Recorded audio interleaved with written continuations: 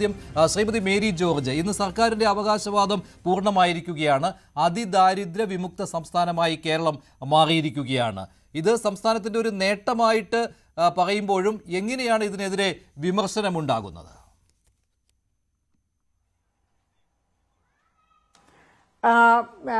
മഞ്ജുഷ്, അതായത് നമ്മുടെ ഈ 21-ാം നൂറ്റാണ്ട് തുടങ്ങിയപ്പോൾ മില്ലേനിയം ഡെവലപ്മെന്റ് ഗോൾസ്, മില്ലേനിയം വികസന ലക്ഷ്യങ്ങൾ 2030 എന്ന് പറഞ്ഞ് യുണൈറ്റഡ് നേഷൻസ് ഒരു 17 ലക്ഷ്യങ്ങൾ കൊണ്ടുവന്ന് പോയിന്റ് ഔട്ട് ചെയ്തിട്ടുണ്ട്. എല്ലാ രാജ്യങ്ങളും അവ പാലിക്കണമെന്നും ആ 2030 മുൻപ് ആ ലക്ഷ്യങ്ങൾ കൈവരിക്കണമെന്നുമാണ് യുണൈറ്റഡ് നേഷൻ ആവശ്യപ്പെട്ടത്. അതിലെ ഏറ്റവും പ്രധാനപ്പെട്ട 1, 2, 3, 4 എന്ന് പറയത്തക്ക രീതിയിലുള്ള ലക്ഷ്യങ്ങളാണ് ഈ അതായത് പട്ടിണി ഇല്ലാതെയാക്കുക, അതുപോലെ പോഷകാഹാര ദാരിദ്ര്യം ഇല്ലാതെയാക്കുക. അപ്പൊ ഈ പോഷകാഹാര ദാരിദ്ര്യം ഇല്ലാതെയാക്കണം, പട്ടിണി ഇല്ലാതെയാക്കണം എന്നുണ്ടെങ്കിൽ എന്താണ് ആവശ്യം? നമുക്കറിയാം, മനുഷ്യന്റെ പ്രാഥമിക ആവശ്യങ്ങൾ എന്ന് പറയുന്നത് ആഹാരം, വസ്ത്രം, പാർപ്പിടം എന്നുള്ളതാണ്. ഈ 3 ആവശ്യങ്ങളും നിറവേറ്റണമെന്നുണ്ടെങ്കിൽ വരുമാനവും വേണം. അപ്പൊ ഈ നാലും ഉണ്ടാകണമെങ്കിൽ, വരുമാനം ഉണ്ടാകണമെങ്കിൽ തൊഴിലുണ്ടാകണം. തൊഴിലില്ലാത്ത ആർക്കും തന്നെ സ്വന്തം കാലിൽ നിൽക്കാൻ പ്രാപ്തരായി എന്ന് പറയാൻ ഒക്കില്ല. ഒന്നുകിൽ അവരുടെ വീട്ടിലെ ആർക്കെങ്കിലും തൊഴിൽ. അപ്പൊ ഇങ്ങനെ ഒരു കോണ്ടെക്സ്റ്റില് ഇപ്പൊ നമ്മൾ 2025-26 ആയിരിക്കുകയാണ്. അതുകൊണ്ട് യുണൈറ്റഡ് നേഷൻസിന്റെ ഈ ലക്ഷ്യങ്ങളിലേക്ക് എവിടം വരെ എത്തി ഇന്ത്യ പോലെയുള്ള രാജ്യങ്ങൾ എന്ന ചോദ്യം ഉയർന്നപ്പോൾ ഇന്ത്യ ഗവൺമെന്റ് ആണ് national sample survey, national family health survey, അവരെ വെച്ചിട്ടാണ് ഇതുപോലെ ഒരു സർവേ നടത്തുന്നത്, ഒരു ഓൾ ഇന്ത്യ സർവേ. ആ ഓൾ ഇന്ത്യ സർവേ നടത്തിയപ്പോൾ അതിന്റെ കണ്ടെത്തലാണ്, അതായത് അതിദരിദ്ര വിഭാഗത്തെ ഏറ്റവും കുറച്ചുള്ള സംസ്ഥാനമായി കണ്ടെത്തിയത് കേരളമാണ്. 0.71, അതായത് 0.71% ആണ് 2021 ആ പഠനമനുസരിച്ച് കേരളത്തിലെ അതിദരിദ്രർ ആയിട്ടുള്ളത്. അപ്പൊ ഈ കണക്ക് കിട്ടിയത് തുടങ്ങിയാണ് എങ്കിൽ നമ്മുടെ ഭരണം തീരുന്നതിന് മുൻപേ ഈ അതിദാരിദ്ര്യം കൂടി ഇല്ലാതെയാക്കി നമുക്കൊരു ക്രെഡിറ്റ് എടുത്തു കളയാം, നമുക്കൊരു നവയുഗ പിറവി എന്നാണ് അദ്ദേഹം പറഞ്ഞത്. അപ്പൊ അങ്ങനെ പറഞ്ഞു തുടങ്ങിയപ്പോൾ ആദ്യമേ നമ്മൾ വിചാരിക്കണം, ഗവൺമെന്റ് ഓഫ് ഇന്ത്യ തന്നെ ഇക്കാര്യത്തിൽ ഒരുപാട്, അതായത് വസ്തുനിഷ്ഠമായ പഠനമല്ല ഗവൺമെന്റ് ഓഫ് ഇന്ത്യക്ക് വേണ്ടി നാഷണൽ ഫാമിലി ഹെൽത്ത് സർവേ നടത്തിയിരിക്കുന്നത്. അങ്ങനെ നടത്തിയിരുന്നെങ്കിൽ കേരളത്തിലെ ദാരിദ്ര്യം 0.71 എന്ന് കണ്ടെത്തുകയില്ല, അതിനേക്കാൾ വളരെ ഉയർന്ന തോതിൽ അത് നിൽക്കുമായിരുന്നു. ഇതിൽ ദാരിദ്ര്യവും അതിദാരിദ്ര്യവും തമ്മിലുള്ള വ്യത്യാസമുണ്ടല്ലോ ശ്രീമതി മേരി ജോർജ്. ഇതിൽ കൺഫ്യൂഷൻ ഉണ്ടാക്കുന്ന കാര്യം ഇതിൽ ആശയക്കുഴപ്പം ഉണ്ടാക്കുന്നത് ദാരിദ്ര്യവും അതിദാരിദ്ര്യവും തമ്മിലുള്ള വ്യത്യാസമാണല്ലോ. കയ്യടി മേടിക്കാൻ പറ്റുന്ന ഒരു സാഹചര്യം അതുവഴി ഉരുത്തിരിഞ്ഞു വരുന്നു എന്ന് കേരളത്തിന് മനസ്സിലായി. അങ്ങനെ 2021 മുതൽ കേരളം ഇത് എങ്ങനെ ഈ കണക്കുകളൊക്കെ കൊണ്ടുവന്ന് എങ്ങനെയാണ് നമുക്ക് ഇതിനെ അതിജീവിച്ച് മനുഷ്യരെ വിശ്വസിപ്പിച്ച് കൊണ്ടുവരാൻ പറ്റും, അതായത് അതിദാരിദ്ര്യം ഇല്ലാതെയാക്കി എന്ന ക്ലെയിം, ഒരു നവഭാരതം കെട്ടിപ്പടുക്കുന്നു എന്ന ഒരു ക്ലെയിം കൊണ്ടുവരാൻ പറ്റും.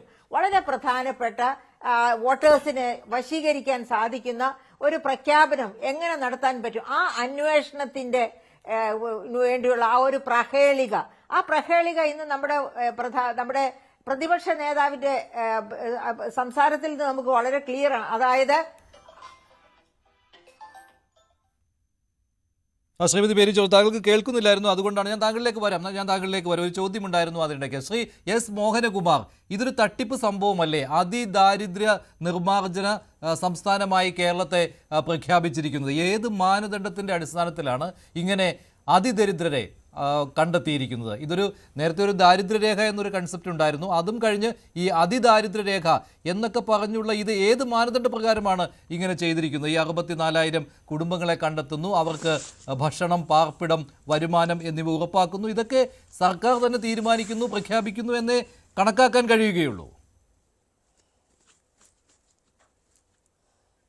കേൾക്കുന്നില്ല, ഒന്ന് അൺമ്യൂട്ട് ചെയ്യണേ.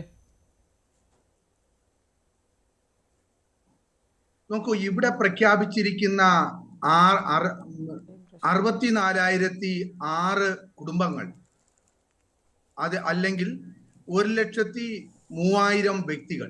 ഇതാണ് 2021 ജൂലൈ മാസത്തിൽ കേരള സർക്കാർ ഇങ്ങനെ ഒരു പദ്ധതി ആവിഷ്കരിക്കുമ്പോൾ അവരുടെ കയ്യിലുണ്ടായിരുന്ന, അവർ ശേഖരിച്ചിരുന്ന കണക്ക്. ഈ കണക്ക് ശാസ്ത്രീയമായി ശേഖരിച്ചതാണ്. എങ്ങനെയാണ് ശാസ്ത്രീയമായി ശേഖരിച്ചു എന്ന് ചോദിച്ചാൽ, ഓരോ തദ്ദേശ ഭരണ സ്ഥാപനവും, ഇത് ഇന്ത്യയിൽ ഇതുവരെ ഇങ്ങനെയുള്ളൊരു വിവരശേഖരണം നടത്തിയിട്ടില്ല. ഓരോ തദ്ദേശ ഭരണ സ്ഥാപനവും ഓരോ വാർഡ് മെമ്പറുടെ കീഴിൽ അവിടുത്തെ ഉദ്യോഗസ്ഥരും ചേർന്ന്, അവിടുത്തെ അംഗൻവാടി വർക്കേഴ്സും എല്ലാരും കൂടെ ചേരുന്ന ഒരു സന്നദ്ധ ഗ്രൂപ്പ് ഓരോ ഓരോ വാർഡിലെയും തദ്ദേശ അല്ലെങ്കിൽ മുനിസിപ്പാലിറ്റിയിലാണെങ്കിൽ മുനിസിപ്പാലിറ്റി വാർഡുകളിലെ, കോർപ്പറേഷൻ വാർഡുകളിലെ എത്ര അതിദരിദ്രരുണ്ടെന്ന് കണ്ടെത്തി. അതിദരിദ്രര് എന്ന് പറയുന്നത് നിർവചിച്ചത് കിടക്കാൻ പാർപ്പിടമില്ലാത്തവർ, അത്തരത്തിലുള്ള ഏതെങ്കിലും തരം ക്ലേശ ഘടകങ്ങൾ, 4 ക്ലേശ ഘടകങ്ങൾ എടുത്തു. കിടക്കാൻ പാർപ്പിടമില്ലാത്തവർ, ഇനി കിടക്കാൻ പാർപ്പിടമുണ്ട് പക്ഷെ ഒരു തരത്തിലുള്ള വരുമാനവുമില്ല, അവർക്ക് വരുമാനം തീരെ ഇല്ലാതെ ഭക്ഷണം കഴിക്കാൻ പറ്റാത്തവർ, ഇനി ഭക്ഷണവും വരുമാനവും പാർപ്പിടവും ഇല്ലാതെ ഉള്ള ആളുകൾ, ഭക്ഷണം ഇല്ലാത്ത ആളുകൾ, ഇനി നിത്യ രോഗികൾ. ഇങ്ങനെ ആരോഗ്യം, പാർപ്പിടം, വരുമാനം, ഇങ്ങനെയുള്ള പ്രധാനപ്പെട്ട 3 ഘടകങ്ങളും അവരെ എടുത്തതിന് ശേഷം ഈ ആരോഗ്യം, പാർപ്പിടം, വരുമാനം, ഈ ഘടകങ്ങളുടെ അടിസ്ഥാനത്തിൽ ഇത്തരത്തിലുള്ള ഘടകങ്ങൾ ഇല്ലാത്ത ഈ ക്ലേശ ഘടകങ്ങൾ അനുഭവിക്കുന്ന കുടുംബങ്ങളെ കണ്ടെത്തി. അത് ഒരു വാർഡിൽ 10 കുടുംബങ്ങൾ ഉണ്ടായിരുന്നു, ചിലപ്പോൾ 20 കുടുംബങ്ങൾ ഉണ്ടായിരുന്നു. ഈ കുടുംബങ്ങളെ നേരിട്ട് ഗ്രാമസഭയിൽ കൊണ്ടുപോയി ചർച്ച ചെയ്തു. ഇത്തരത്തിലാണ് ഇങ്ങനെ ക്ലേശ ഘടകങ്ങൾ ഉള്ള കുടുംബങ്ങൾ, 15 കുടുംബങ്ങൾ അല്ലെങ്കിൽ 20 കുടുംബങ്ങൾക്ക് വീടില്ലാത്തവരുണ്ട്, ഭക്ഷണമില്ലാത്തവരുണ്ട്, അവർക്ക് ആരോഗ്യ പ്രശ്നങ്ങളുള്ളവരുണ്ട്, ഇങ്ങനെ തീരെ വരുമാനമില്ലാത്തവരുണ്ട്. ഇങ്ങനെ 4 ഘടകങ്ങളെ എടുത്തിട്ട് ഇവരെ ഗ്രാമസഭയിൽ ചർച്ച ചെയ്ത് ഗ്രാമസഭയിൽ നിന്ന് 20 വരെ കണ്ടെത്തിയാൽ ആ ഗ്രാമസഭയുടെ പൊതു ചർച്ചയുടെ ഭാഗമായി അതിൽ നിന്ന് 10 പേർക്ക് അവരുടെ കുട്ടികൾക്കും അവരുടെ ബന്ധുക്കൾക്കും ഒക്കെ സാമ്പത്തിക ശേഷിയുണ്ട്, ഇവരെ സംരക്ഷിക്കാൻ കഴിയും. അതും ഇല്ലാത്ത ആളുകളെയാണ് ഇതിനകത്ത് ഉൾപ്പെടുത്തി 64,006 കുടുംബങ്ങളെന്ന് കണ്ടെത്തിയത്. അപ്പോൾ ഇനിയിപ്പോൾ ഈ ക്ലേശ ഘടകങ്ങൾ ഉള്ള ആളുകൾ കേരളത്തിൽ ഇല്ല, അല്ലെങ്കിൽ ക്ലേശ ഘടകങ്ങളെക്കാൾ കൂടിയതാണല്ലോ ഈ അതിക്ലേശ ഘടകങ്ങൾ, അല്ലേ? ആ കാറ്റഗറിയിലുള്ള ആരുമില്ല എന്നാണ് അതിദാരിദ്ര്യം എന്ന് പറയുന്നത്. കാരണം ഈ ആളുകളുടെ പ്രശ്നം, ഇവർക്ക് ചിലപ്പോൾ റേഷൻ കാർഡ് ഉണ്ടാവില്ല, ആധാർ കാർഡ് ഉണ്ടാവില്ല, അങ്ങനെയുള്ള മറ്റു സഹായങ്ങളൊന്നും ഉണ്ടാവില്ല. വീടില്ലാത്ത ഒരാളിന് ഒരുപക്ഷെ ആധാർ കാർഡ് ഉണ്ടാവണമെന്നില്ല, അല്ലെങ്കിൽ അയാൾക്ക് വീട്ടു നമ്പർ ഉണ്ടാവണമെന്നില്ല, റേഷൻ കാർഡ് ഉണ്ടാവണമെന്നില്ല. ഇവരെ കണ്ടെത്തി. അതിൽ നിന്നാണ് ഇന്ന് മുഖ്യമന്ത്രി പറഞ്ഞു, അതിൽ നിന്ന് 23 ആളുകൾ അലഞ്ഞു തിരിഞ്ഞ് നടക്കുന്നവരാണ്, അവരെ തിരിച്ച് ട്രേസ് ചെയ്യാൻ പറ്റിയിട്ടില്ല. ഇപ്പൊ 59,000 ആളുകൾക്കാണ് അതിദരിദ്ര വിഭാഗത്തിൽ നിന്ന് അവരെ വിടുതൽ പ്രഖ്യാപിച്ചെടുത്തിട്ടുള്ളത്. അപ്പൊ ഇങ്ങനെ കണ്ടെത്തിയ ഒരു പ്രക്രിയയാണ് ഇത്. ഒരു ദിവസം കൊണ്ട് പ്രഖ്യാപിച്ചതല്ല. 2024 ആദ്യത്തെ 47% ആളുകളെ പ്രഖ്യാപിച്ചു. 64 കുടുംബങ്ങളിൽ 30,000 കുടുംബങ്ങൾ, 47% വരുന്ന കുടുംബങ്ങൾ ആദ്യം ദാരിദ്ര്യമുക്തരായി എന്ന് ഇനി എന്താണ് ഇവർക്ക് വേണ്ടി ചെയ്തത്? ഇവരുടെ ഓരോ കുടുംബത്തിനും വേണ്ടി ദാരിദ്ര്യമുക്തി എന്ന് പറയുമ്പോൾ സാങ്കേതികമായിട്ട് തെറ്റുണ്ടല്ലോ, അല്ലെ? ദാരിദ്ര്യമുക്തി എന്ന് പറയുമ്പോൾ കേരളത്തിൽ ദരിദ്രരേ ഇല്ല എന്നുള്ള ഒരു കൺസെപ്റ്റിലേക്ക് വരും. അങ്ങനെ നിങ്ങളും അവകാശപ്പെടുന്നില്ലല്ലോ. ഇല്ല, ദാരിദ്ര്യ മുക്തിയല്ല, അതിദാരിദ്ര്യ മുക്തിയാണ്. അവിടെ അത് വ്യക്തമാക്കേണ്ടതുണ്ട്. എന്നിട്ട് ഈ 64,006 കുടുംബങ്ങൾക്ക് വേണ്ടി, ഓരോ കുടുംബത്തിനും വേണ്ടി ഒരു മൈക്രോ പ്ലാൻ ഉണ്ടാക്കി. മൈക്രോ പ്ലാൻ എന്ന് പറഞ്ഞാൽ, ഒരു വ്യക്തിക്ക് ഡയബറ്റീസ് രോഗം വന്ന് അയാളെ കാല് നഷ്ടപ്പെട്ടു, മുറിച്ചു മാറ്റി, പക്ഷെ അയാൾക്ക് വീടുണ്ട്, അയാൾക്ക് വരുമാനമൊന്നുമില്ല.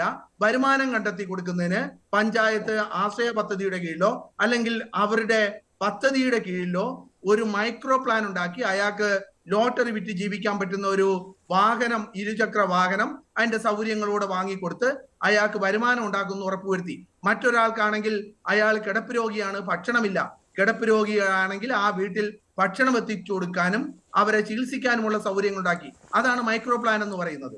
ഇത്തരത്തിലുള്ള 64,006 മൈക്രോ പ്ലാൻ ഉണ്ടാക്കിയിട്ടാണ് 2024